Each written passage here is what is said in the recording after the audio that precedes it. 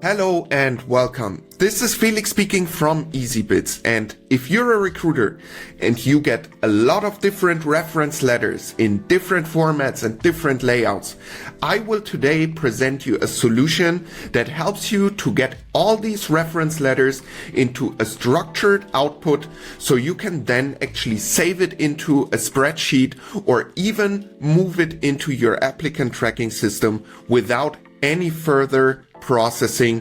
So stick with me.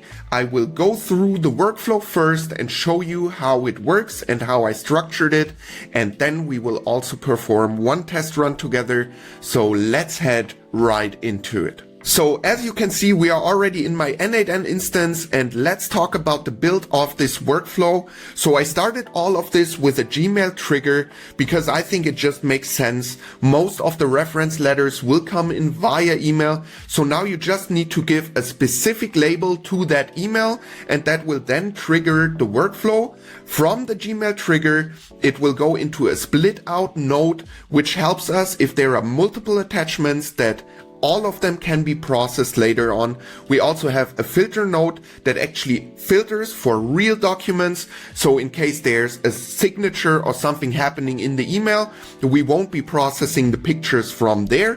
From there, we also have the loop over letters node that actually helps me if there are multiple attachments to run the extraction process over and over again. That node heads into the easybits extractor that is actually performing the extraction part in this workflow. So after that, we have a normalized reference fields node that just helps me split out the information in the right format. We then also have a score reference node that actually helps us to get an understanding of how good the reference is and how good the scoring of the sentiment is of this reference letter. So I decided to stick with a scale from 0 to 100, and that's also separated from the extraction node. So just to make sure that it's neutral and it's totally objective, I built it into that node, and from there we have the append row node that actually adds a row in the Google spreadsheet.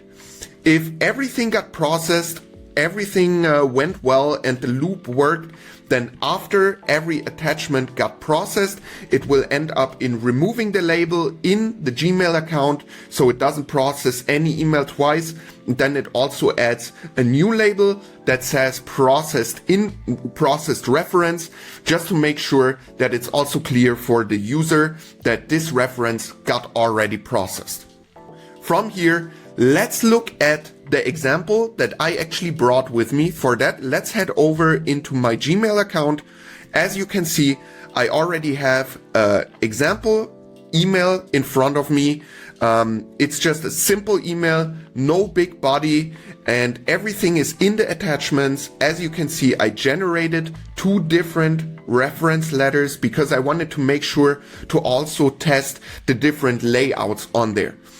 What you can also say is it's the same referee and it's also the same candidate. So just be aware, if we now perform the extraction, we will see that there are the same names in the candidate reference database spreadsheet that I'm working with in the background, just to make sure that is clear. So what I have to do now is basically I just take this email and I give it the label reference to make sure that the workflow triggers. Let's head over to the workflow and I click execute workflow here. So now the Gmail trigger works and it looks for the specific label that I just gave the email. From there, you can see that it now already goes into the extraction and it does the first loop again. It loops in again because of course we have 2 reference letters in there in the attachments. So now it looks like everything went through. We can now first check what happened there with the incoming emails. So if I click on reference processed and now I reload this, we should see the email in here.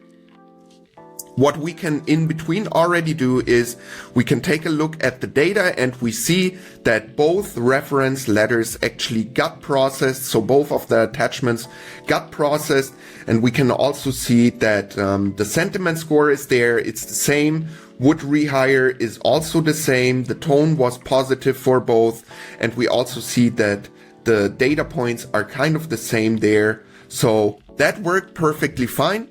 And now let's just check if that email, and as you can see, it landed in the reference processed label folder in my Gmail account. So it gave it that label and exchanged it for the reference label just to make sure nothing gets processed twice. And for me, it's now pretty clear that this email already got processed. So if you are interested into that workflow and you want to take it for yourself, make sure to check the description of this video. I will be sharing my GitHub link there, and there you will find the workflow JSON for this workflow, so you can just integrate it for yourself. If you have any questions, make sure to let me know in the comments. Also leave a like and leave a subscribe to our YouTube channel so you won't be missing out on future videos that we are posting. And other than that, I wish you a great rest of your day. Thank you for being with me and have a good time. Bye.